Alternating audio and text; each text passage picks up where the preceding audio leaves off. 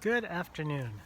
Today I'm going to read a book to you by George MacDonald called The Day Boy and the Night Girl. It's a book that was published in 1879, and it is a children's book which, like all good children's books, can be enjoyed by any age. Chapter 1. Watho.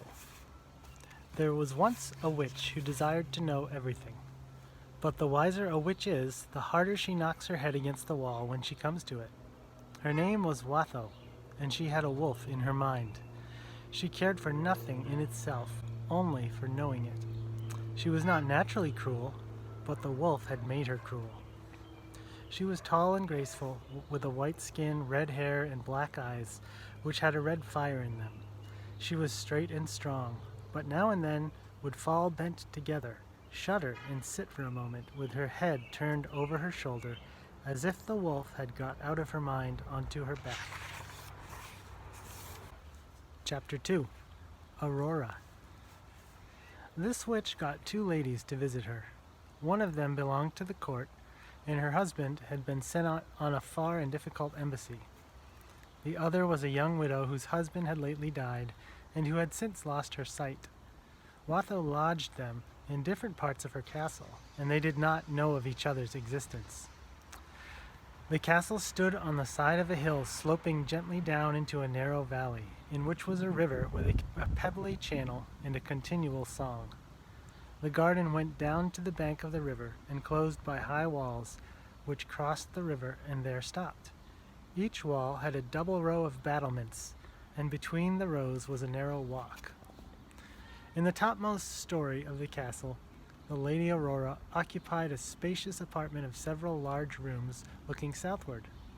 The windows projected oriel-wise over the garden below, and there was a splendid view from them both up and down across the river. The opposite side of the valley was steep, but not very high. Far away snow peaks were visible. These rooms Aurora seldom left, but their airy spaces, the brilliant landscape and sky, the plentiful sunlight, the musical instruments, books, pictures, curiosities, with the company of Watho, who made herself charming, precluded all dullness. She had venison and feathered game to eat, milk and pale, sunny, sparkling wine to drink. She had hair of yellow gold, waved and rippled. Her skin was fair, not white like Watho's, and her eyes were of the blue of the heavens when bluest. Her features were delicate, but strong. Her mouth large and finely curved, and haunted with smiles. Chapter 3. Vesper. Behind the castle, the hill rose abruptly. The northeastern tower, indeed, was in contact with the rock and communicated with the interior of it. For in the rock was a series of chambers known only to Watho and the one servant whom she trusted, called Felka. Some former owner had constructed these chambers after the tomb of an Egyptian king, and probably with the same design, for in the center of one of them stood what could only be a sarcophagus, but that and others were walled off. The sides and roofs of them were carved in low relief and curiously painted. Here the witch lodged the blind lady, whose name was Vesper. Her eyes were black, with long lashes. Her skin had a look of darkened silver, but was of purest tint and grain. Her hair was black and fine, and straight-flowing. Her features were exquisitely formed, and if less beautiful, yet more lovely from sadness. She always looked as if she wanted to lie down and not rise again. She did not know she was lodged in a tomb, though now and then she wondered she never touched a window. There were many couches, covered with richest silk, and soft as her own cheek, for her to lie upon, and the carpets were so thick she might have cast herself down anywhere, as befitted a tomb. The place was dry and warm, and cunningly pierced for air, so that it was always fresh, and lacked only sunlight. There the witch fed her upon milk, and wine dark as carbuncle, and pomegranates, and purple grapes, and birds that dwell in marshy places. And she played to her mournful tunes, and caused wailful violins to attend her, and told her sad tales, thus holding her ever in an atmosphere of sweet sorrow. Chapter 4. Photogen. Watho at length had her desire, for witches often get what they want.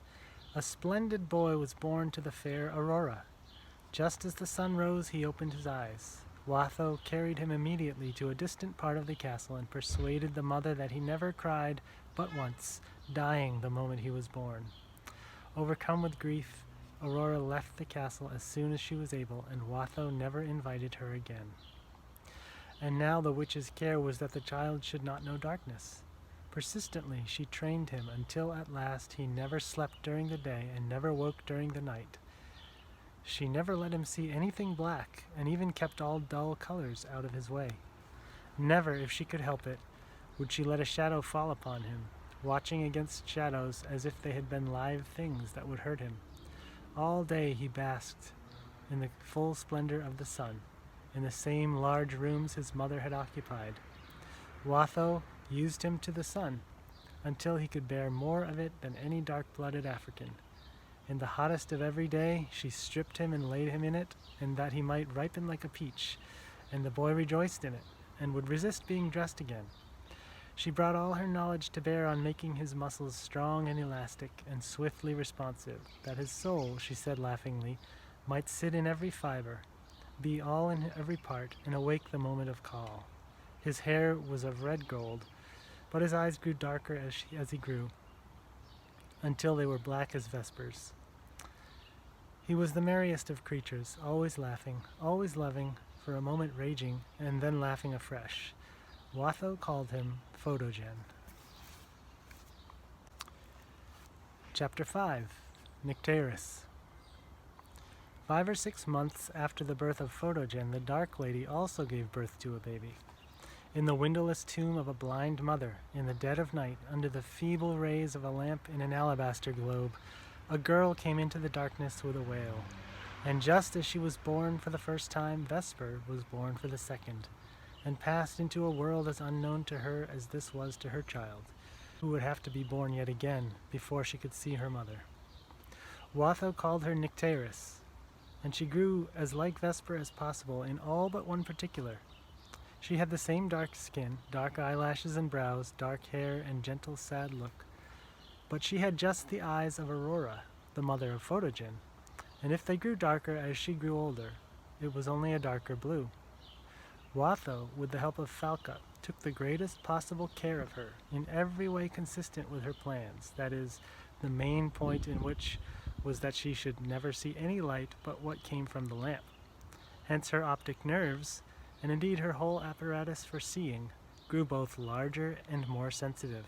Her eyes, indeed, stopped short only of being too large. Under her dark hair and forehead and eyebrows, they looked like 2 breaks in a cloudy night sky, through which peeped the heaven where the stars and no clouds live. She was a sadly dainty little creature. No one in the world except those 2 was aware of the being of the little bat. Watho trained her to sleep during the day and wake during the night. She taught her music, in which she was herself proficient, and taught her scarcely anything else. Chapter 6. How Photogen Grew.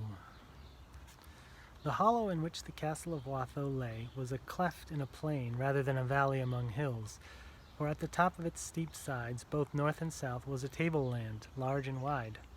It was covered with rich grass and flowers, with here and there a wood, the outlying colony of a great forest. These grassy plains were the finest hunting grounds in the world. Great herds of small but fierce cattle, with humps and shaggy manes, roved about them, also antelopes and gnus, and the tiny roe deer, while the woods were swarming with wild creatures. The tables of the castle were mainly supplied from them. The chief of Watho's huntsmen was a fine fellow, and when Photogen began to outgrow the training she could give him, she handed him over to Fargu. He with a will set about teaching him all he knew.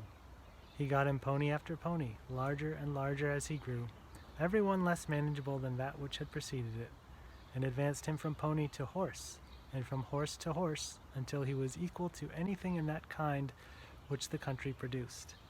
In similar fashion he trained him to the use of bow and arrow, substituting every 3 months a stronger bow and longer arrows, and soon he became, even on horseback, a wonderful archer.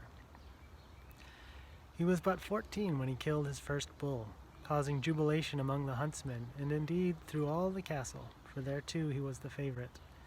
Every day, almost as soon as the sun was up, he went out hunting, and would in general be out nearly the whole of the day.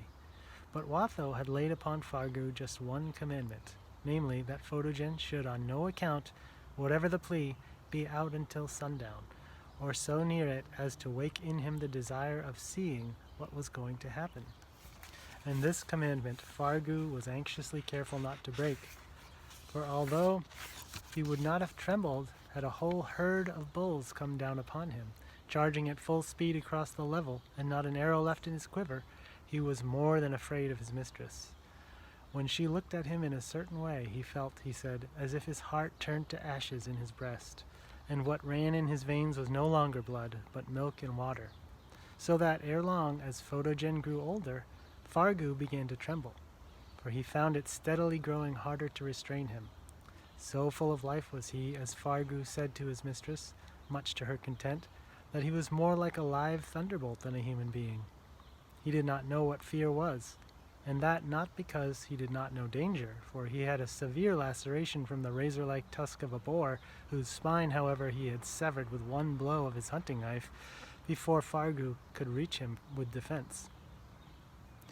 When he would spur his horse into the midst of a herd of bulls, carrying only his bow and his short sword, or shoot an arrow into the herd, and go after it as if to reclaim it for a runaway shaft, arriving in time to follow it with a spear thrust before the wounded animal knew which way to charge, Fargu thought with terror how it would be when he came to know the temptation of the huddle-spot leopards and the knife-clawed lynxes with which the forest was haunted.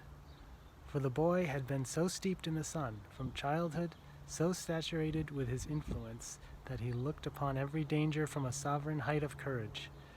When, therefore, he was approaching his 16th year, Fargu ventured to beg Watho that she would lay her commands upon the youth himself, and release him from responsibility for him.